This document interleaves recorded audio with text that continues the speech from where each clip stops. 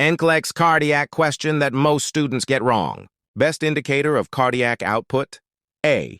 Urine output. B. Temperature. C. Respiratory rate.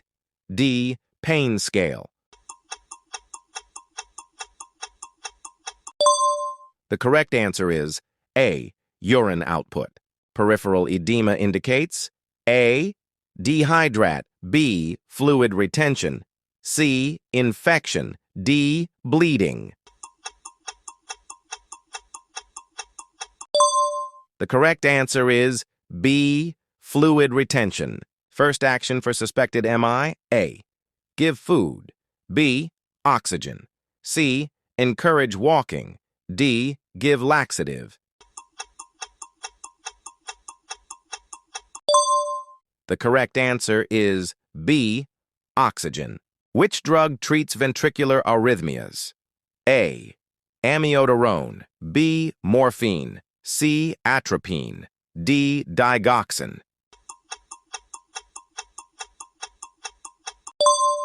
The correct answer is A. Amiodarone.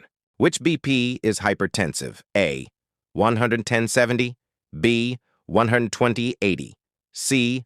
130/90. D. 160.